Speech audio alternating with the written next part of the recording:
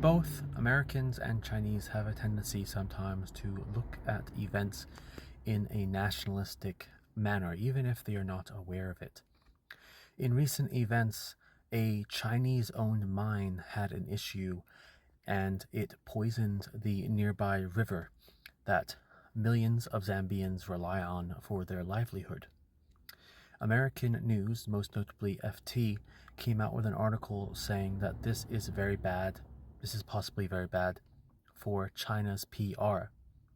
The framing of this is connecting one company, yes, it is a state-owned company, with the fates of all Chinese by focusing in on the country and saying that it is a PR issue for China and talking about how there is anti-Chinese sentiment.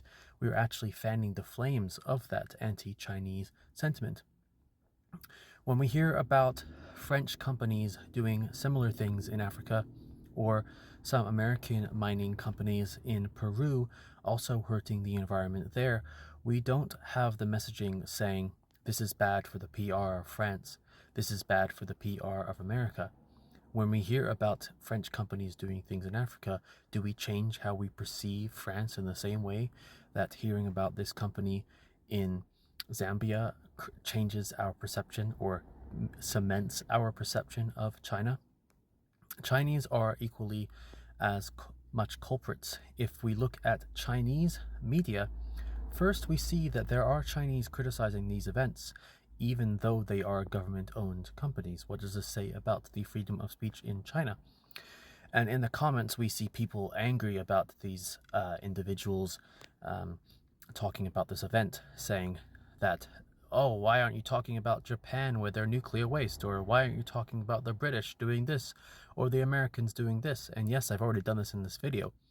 But the difference is that I am trying to say that we are all humans, and these Chinese are trying to deflect based off their own nationalist views.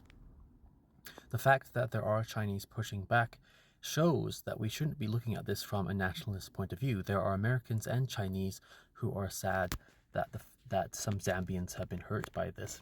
So instead of looking at this through nationalistic lenses, we need to just look at the human aspect and say that the Zambians need to be helped.